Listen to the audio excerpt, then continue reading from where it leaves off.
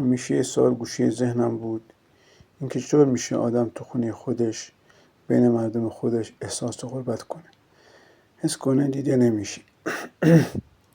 این اسم من حسینه و این کانال راستش تلاشیه برای فهمیدن همین حسه. من با این حس بزرگ شدم، حس تلانه داشتن، حس حقارت، حس ترشدگی، چون انگار همیشه جای کارم ایراد داشت. به این برچسب میزدن، میگفتن تو عربی پس از ما نیستی. درونم میگفت من به خدا باور ندارم و قانون کشورم میگفت پس حق زندگی نداری. مغزم همیشه جور دیگه ای کار میکرد، جوری که بقیه بهش میگفتن عجیب. در نهایت انتخاب کردم خودم باشم. این انتخاب هزینه داشت، درد، تهدید و دست دادن چیزهایی که برام مهم بود. برای همین این کانال را ساختم، نه اینکه فقط بیام از گذشته شکایت کنم، نه برای اینکه صدایی که از من گرفته بود رو پس بگیرم، برای اینکه شاید یه نفر دیگه هم مثل من اون بیرون در سکوت داره فریاد میزنه.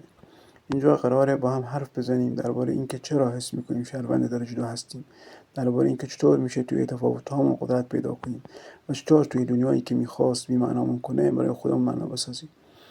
خلاصه این کانال فقط داستان من نیست، داستان همه ماست که حس میکنیم به جایی تعلق نداریم.